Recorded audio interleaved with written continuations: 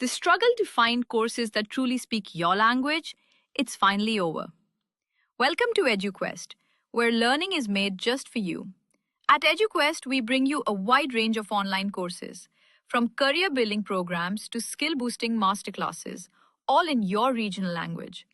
Because we believe language should never be a barrier to success. Our courses are tailor made after understanding what today's learners really need. So why wait? Start learning the smarter, simpler way only with EduQuest. Visit eduquest.courses and explore your next course today. And hey, don't miss out on our exciting offers and promotions. This video is sponsored by EduQuest. இங்க உட்கார்ந்துருக்கிற அந்த பிரம்மாவும் திருமாலும் வந்துருக்காங்கல்ல வேண்டிக்கு அந்த ரெண்டு பேருடைய பாட்டனுங்க ஒவ்வொரு ஊழி காலத்திலேயும் ஒரு திருமாலும் ஒரு பிரமனும் இருப்பாங்க. அந்த திருமாலும் பிரமனும் இறந்து போனதுக்கு பிறகு அவர்கள் கபாலத்தை எடுத்து மாலையாக சேர்த்துக் கொள்ளும். பெரிய கவர்மெண்ட் ஆபீசர் எல்லாம் போனீங்கன்னு சொன்னா இந்த ஹவுசிங் போர்டு அந்த மாதிரி ஆஃபீஸுக்கு சேர்மன் ரூமுக்கு போனீங்கன்னா வரிசையா போட்டோ மாட்டிருக்கோம். அந்த போட்டோ 1972 to 1978 யுஎஸ் சேர்மன், 1978 1985 வரைக்கும் யுஎஸ் சேர்மன், 1985 1991 வரைக்கும் யுஎஸ் சேர்மன், 1991 1991 வரைக்கும் யுஎஸ் சேர்மன். பாவம் கொடுத்து வச்சிருக்கோம். அவரு இப்படி எல்லா போட்டோவையும் வச்சிருப்போம். அப்ப இங்க உட்கார்ந்து சேர்மன் போஸ்ட்ல உட்கார்ந்து இருக்கிற அந்த போட்டோவெல்லாம் பார்த்தாருன்னா அவங்க என்ன சொல்லணும்னா, நாமும் இந்த போஸ்டுக்கு பர்மனன்ட் இல்ல, நம்ம போட்டோவும் ஒரு நாள் இப்படி மேலே ஏறும்.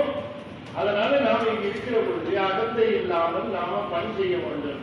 அது போல அப்படிப்பட்ட பிரம்ம கபாலங்களையும் திருமாலுடைய கபாலங்களையும் சூட்டிக் கொண்டு இருக்கிற பொழுது அதை பார்க்கிற இன்னைக்கு போஸ்ட்ல இருக்கிற திருமால பிரம்மனும் நம்மளும் ஒரு நாள் இப்படித்தான் கபாலமா சிவபெருமானுடைய தலையில ஏறுவோட்டு இப்ப அடங்கி ஒடுங்கி ஆணவத்திலே கீழே சாய்ந்து கிடக்காமல் அவர்கள் பணியாற்றுவார்கள்.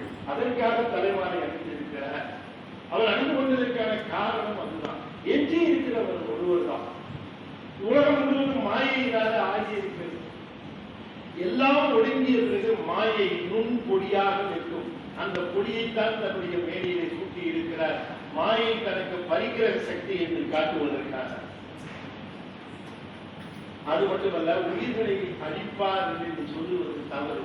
எந்த உயிரையும் அவர் அழிப்பது உயிரானால், ஆனால் உயிர் ஒவ்வொரு தடவையும் பிறப்பெடுக்கிற பொழுது அந்த பிறப்பின் முடிவிலே அதனை இழைப்பாற்றுவதற்காக, அதுக்கு என்ன பேரு? சைவ சித்தாந்தத்தில் இறப்புன்னு சொல்ல மாட்டாங்க, இழைப்பு, இழைப்பாரு. ஒவ்வொரு நாள் ராத்திரி பகலெல்லாம் சுத்திட்டு நீ கொஞ்சம் யோசனை பண்ணி பாருங்க. நீங்க இப்போ ஒரு டூருக்கு போயிருக்கீங்க, ஒரு இடத்துக்கு முக்கியமான இடத்துக்கு போயிருக்கீங்க.